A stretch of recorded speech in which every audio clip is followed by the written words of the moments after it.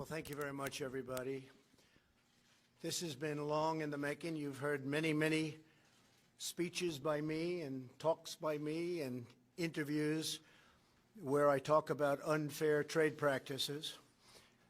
We've lost, over a fairly short period of time, 60,000 factories in our country, closed, shuttered, gone. 6 million jobs at least gone. And now they're starting to come back. You see what's happening with Chrysler, with Foxconn, with so many other companies wanting to come back into the United States. But we have one particular problem, and I view them as a friend. I have tremendous respect for President Xi. We have a great relationship. They're helping us a lot in North Korea, and that's China. But we have a trade deficit, depending on the way you calculate, of $504 billion. Now, some people would say it's really $375 billion. Many different ways of looking at it, but any way you look at it, it is the largest deficit of any country in the history of our world. It's out of control. We have a tremendous intellectual property theft situation going on, which likewise is hundreds of billions of dollars, and that's on a yearly basis. I've spoken to the president. I've spoken to representatives of China. We've been dealing with it very seriously. As you know, we're renegotiating NAFTA. We'll see how that turns out. Many countries are calling to negotiate better trade deals because they don't want to have to pay the steel and aluminum tariff. So we are negotiating with various countries. Mr. Lighthizer, Mr. Ross. We are just starting a negotiation with the European Union because they've really shut out our country to a large extent. They have barriers that they can trade with us, but we can't trade with them. They're very strong barriers. They have very high tariffs. We don't. It's just not fair. NAFTA has been a very bad deal for the United States, but we'll make it better, or we'll have to do something else. The deal we have with South Korea is a very one-sided deal. It's a deal that has to be changed. So we have a lot of things happening, but in particular with China, we're going to be doing a Section 301 trade action. It could be about $60 billion, but that's really just a fraction of what we're talking about. I've been speaking with the highest Chinese representatives, including the president, and I've asked them to reduce the trade deficit immediately by $100 billion. It's a lot. So that would be anywhere from 25%, depending on the way you figure, to maybe something even more than that. But we have to do that. The word that I want to use is reciprocal. When they charge 25% for a car to go in, and we charge 2% for their car to come into the United States, that's not good.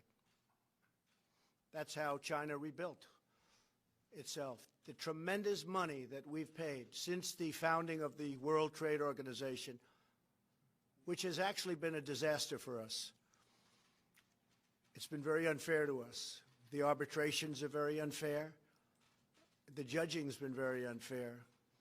And knowingly, we always have a minority, and it's not fair. So we're talking to World Trade, we're talking to NAFTA, we're talking to China, we're talking to European Union. And I will say every single one of them wants to negotiate. And I believe that in many cases, maybe all cases, we'll end up negotiating a deal. So we've spoken to China, and we're in the midst of a very large negotiation. We'll see where it takes us. But in the meantime, we're sending a Section 301 action. I'll be signing it right here, right now. I'd like to ask Bob Lighthizer to say a few words about the 301 and where we are in that negotiation. And we're doing things for this country that should have been done for many, many years. We've had this abuse by many other countries and groups of countries that were put together in order to take advantage of the United States, and we don't want that to happen. We're not going to let that happen. It's probably one of the reasons I was elected, maybe one of the main reasons, but we're not going to let that happen. We have right now an $800 billion trade deficit with the world. So think of that. So let's say we have 500 to 375, but let's say we have 500 with China, but we have 800 total with the world. That would mean that China is more than half. So we're going to get it taken care of. And frankly, it's going to make us a much stronger, much richer nation. The word is reciprocal. That's the word I want everyone to remember. We want reciprocal, mirror. Some people call it a mirror tariff or a mirror tax. Just use the word reciprocal. If they charge us, we charge them the same thing. That's the way it's got to be. That's not the way it is. For many, many years, for many decades, it has not been that way.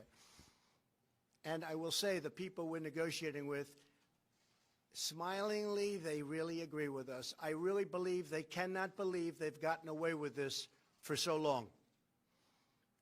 I'll talk to Prime Minister Abe of Japan and others, a great guy, friend of mine, and there'll be a little smile on their face.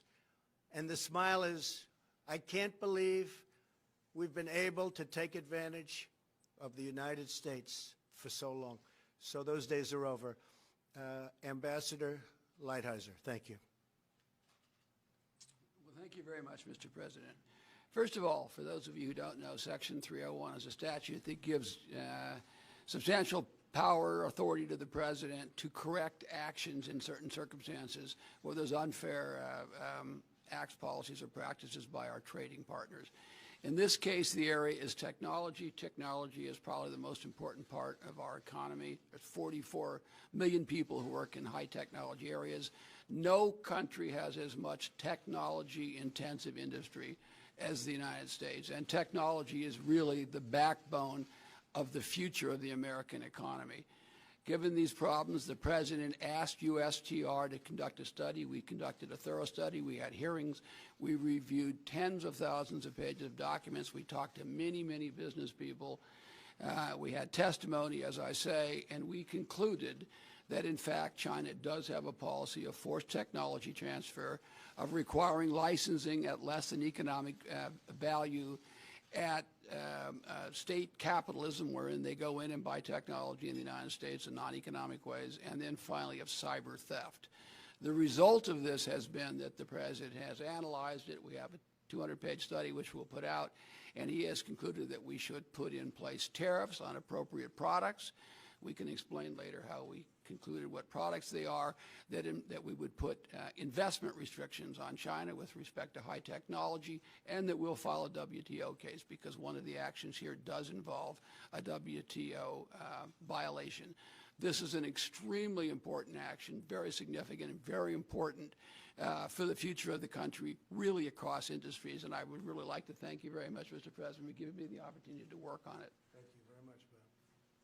Secretary Ross. Intellectual property rights are our future, and it's no accident that in June of this year, the U.S. Patent and Trademark Office will issue its 10 millionth patent. 10 million patents. There's no country in the history of the world that remotely approaches that. So the steel and aluminum actions we've taken deal more or less with the present. This action on intellectual property rights deals with the future. So we're trying to solve both today's problem and problems that otherwise will be forthcoming. That's why these actions are so important and so important in unison with each other. We will end up negotiating these things rather than fighting over them, in my view. Mike Pence would like to say Thank you, Mr. President, and to all our honored guests. Today's action sends a clear message that this president and our entire administration are determined to put American jobs and American workers first. The action the president will take today under Section 301 also makes it clear that the era of economic surrender is over. The United States of America is taking targeted and focused action to protect not only American jobs, but America's technology, which will power and drive an innovation economy for decades to come. It is just one more step of a promise made and a promise kept by President Trump. So we'll sign right now. I just want to let everybody know, just for a second time, that we are in the midst of very major and very positive negotiations. Positive for the United States, and actually very positive for other countries also. We have some of our great business leaders and leaders, period, right behind me. I may ask Marilyn Lockheed, the leading woman's business executive in this country, according to many. And we buy billions and billions of dollars worth of that beautiful F-35. It's stealth. You cannot see it. Is that correct? That's correct. Better be correct, right? Absolutely. Marilyn, please say a few words. Well, thank you, Mr. President. I would just say that this is a very important moment for our country in that we are addressing what is a critical area for the aerospace and defense industry, and that is protecting our intellectual property. As has been expressed, that is a threat to us if we have that stolen from our companies, because that is the lifeblood of our companies. And so we very much welcome this action on the part of the Trump administration and the President of the United States. Thank you. Thank you, Marilyn.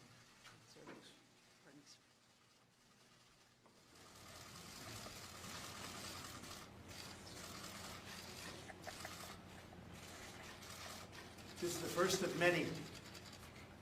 This is number one, but this is the first of many.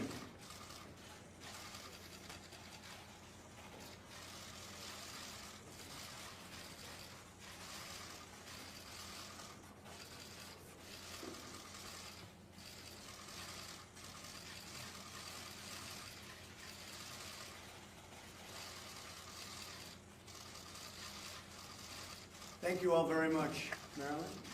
Thank you, Mr. President. Thank you very much. Would you like to testify to Special Counsel Robert Mueller, sir? Thank you. Your lawyer, John Calvert, signed a statement